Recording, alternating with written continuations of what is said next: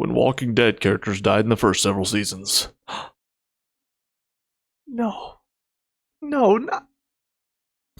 I'm gonna miss him so much. When Walking Dead characters die now. Oh, okay. Well, what's up, guys? Mason the Brock Henderson here, and this is The Walking Dead Season 10, Episode 7, Open Your Eyes. So yeah, kind of a weird episode in a lot of different ways. So first of all, we'll discuss the ending and I guess everything to do with Siddiq in this episode, because a lot of it I just find really ridiculous, because most of this episode is focused on how he's still suffering after what happened, which that's been his whole story for this entire season so far.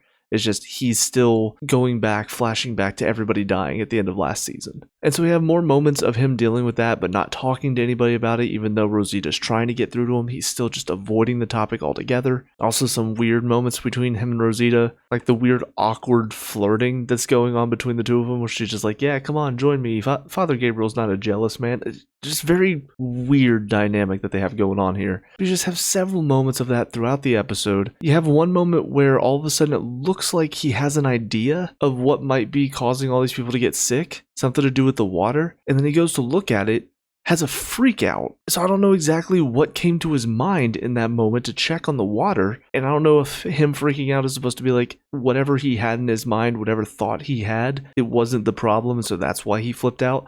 I don't know what's going on there. And then just all of a sudden at the end, Dante comes in to talk to him, and he gives him this speech about how it's nobody's fault, they're all working together, that's what's so special about this place, and then does a weird little clicking thing with his tongue, which is what clues Siddiq into the fact that he was one of the people there whenever Alpha was killing all those people. So don't know why Dante gave himself away like that, and it seems like he didn't even want to kill Siddiq at the end. So why all of that happened, totally a mystery to me. I don't know if it's going to get explained. I don't know if we're just supposed to assume Dante has a tick that he can't control, and if so, then how's he controlled it for this entire season until this moment, right after he gives this speech, which kind of seemed like it got through to Siddiq a little bit. I mean, I'm kind of glad that my suspicions about Dante were correct, and he was such an asshole for this entire third of the season. I'm glad he's a bad guy, because now I can hate him and feel like I'm justified in my hatred. But do we know how he even got here? Again, he's not a character that I remember from last season, so I'm assuming he joined the group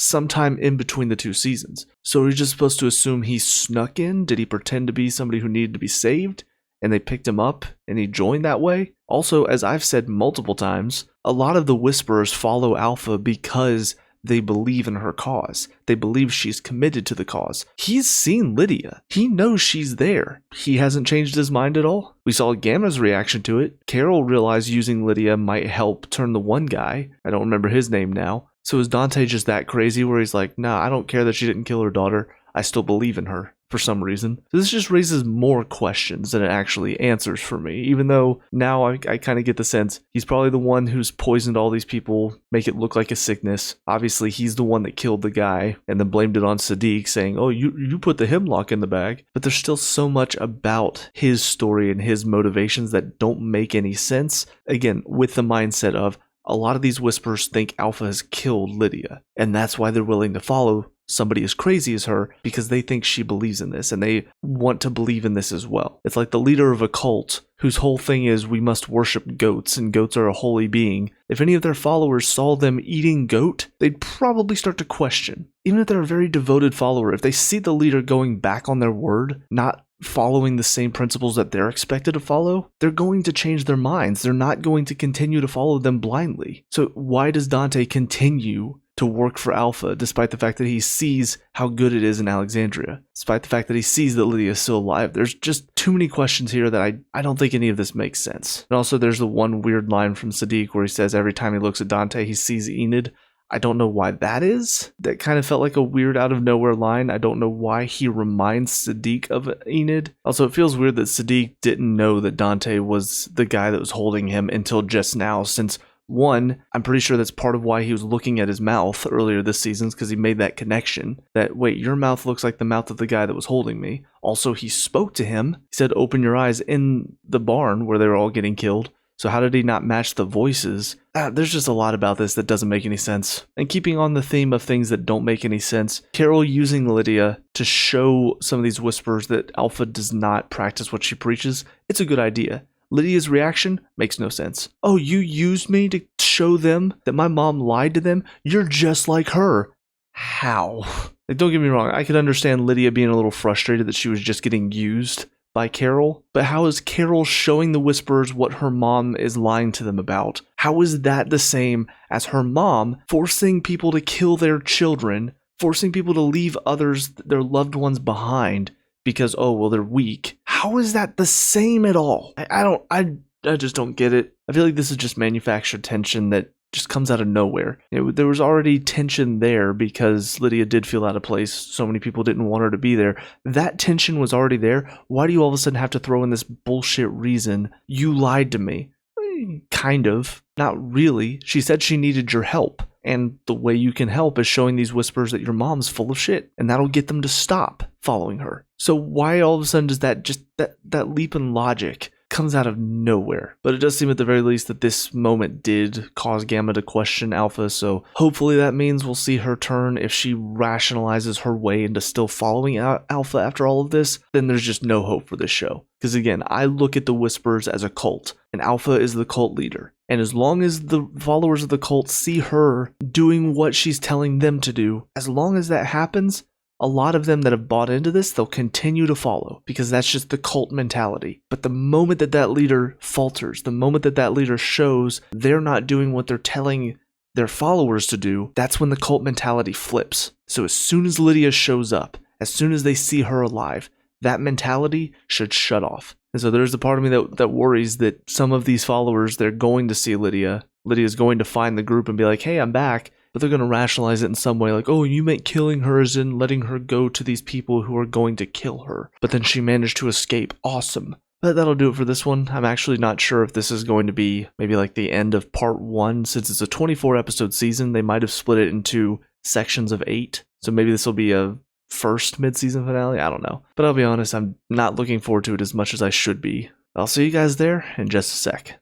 And now episode 8, The World Before. So yeah, this kind of did feel like a bit of a cliffhanger mid-season finale. So I don't know if maybe they took a few weeks off in between this and episode 9. But we do see some of the fallout of what happened with Siddiq. And I will say I'm not fully feeling that at the moment. I think a lot of that is just down to I didn't really care for Siddiq as a character for several different reasons, one of which being the fact that he's the reason Carl's dead, so I've always felt like that kind of held his character back for me. So unfortunately, because that took up so much of this episode, I don't feel like I connected with this episode quite as much because I wasn't really feeling what the characters felt. This Virgil guy that pops up, I don't really know whether or not to trust him. Seems like maybe he's going to be useful because he has these weapons. But I think this story paired with the Dante story where Gabriel's learning a bit more about him, it does build that idea that you don't really know who you can trust. Because Dante feeds Father Gabriel this whole story and it sounds good. It sounds believable about who he used to be. I think ultimately Gabriel realizes this is who he's going to sell to the people, who he used to be and how the way he's living now, it's more natural. It's the true nature of humanity, which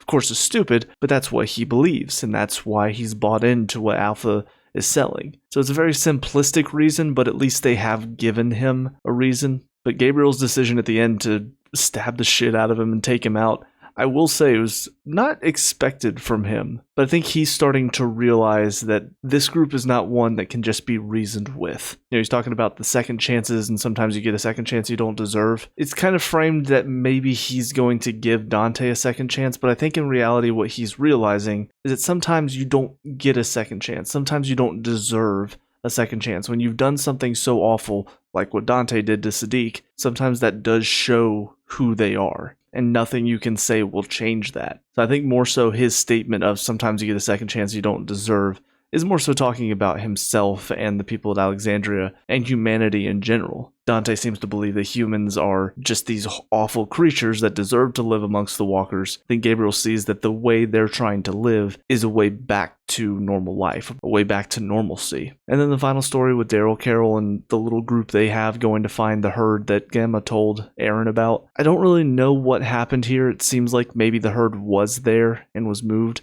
I don't know why Gamma would lie. Again, my concern is that Gamma went to Alpha, confronted her about the fact that Lydia is still alive. Alpha fed her some BS that Gamma bought into, and now she led them into a trap. If that's what happened, then I am going to be pissed off because, again, Alpha's leadership should be questioned because she's not following through with what she's trying to get everybody else to believe in. So I'm hoping it is something like what Aaron said, where the herd was there, but it was moved. I don't know why Alpha was out there. Again, it's why I'm wondering if Gamma did get fed some lie that she bought into, and that's why she led them into this trap, because it seems way too coincidental if she's not the one that set them up, that Alpha was just out there and ready to lead them into this trap, where now they're stuck in this hole with what seems to be the herd. Doesn't seem to be an easy way out of this, so I don't really have any theories on how they're going to escape this predicament they're in, but it's a decent cliffhanger ending, I suppose. At least it's not a season finale cliffhanger ending, because that would really piss me off knowing I have to wait so long to see the conclusion for this. But if I am going to think about this as the first third of this season, so far, I will say it's not quite gripped me. It's not interested me nearly as much as some of the previous seasons. I think the Whisperers have lost a lot of the intrigue that I think they had originally. Not just from the fact that we know they exist, so there's less of that chance of our group being surprised by them in a group of walkers, but also I look at the group itself. I look at the characters involved with the Whisperers, and I don't see the group lasting that long. Again, Alpha's going back on her word so often. With Lydia, she said she killed her, and she didn't. And as soon as people find out, they're going to be pissed about that. Gamma seems to be. She told our main characters, don't cross over the border, because this is our land. That's your land. You stay over there, we'll stay over here. And then she sends a spy in. So she keeps saying one thing and doing something else. And I feel like that's less interesting than somebody who fully bought into what she's trying to get everybody else to think, because that lack of conviction is going to be her downfall. Because even outside of people finding out Lydia's alive, if they find out that she sent a spy in after them, that might also make them go, wait a minute, I thought they were going to try to come destroy our way of life, and you sent somebody in to destroy their way of life? So there's so much about her that just contradicts what she's saying, and again, I don't think that's a good foundation for a cult-like group like the Whisperers, because it's too easy for all that to fall apart as soon as people start finding out she's not what she says she is. But those are all my thoughts for now. We'll see what the rest of the season holds, but until then, cue the outro.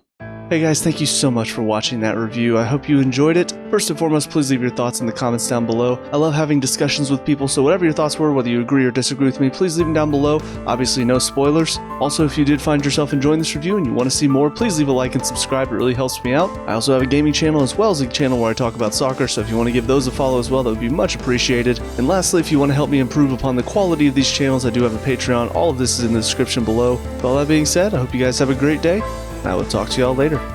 Peace out.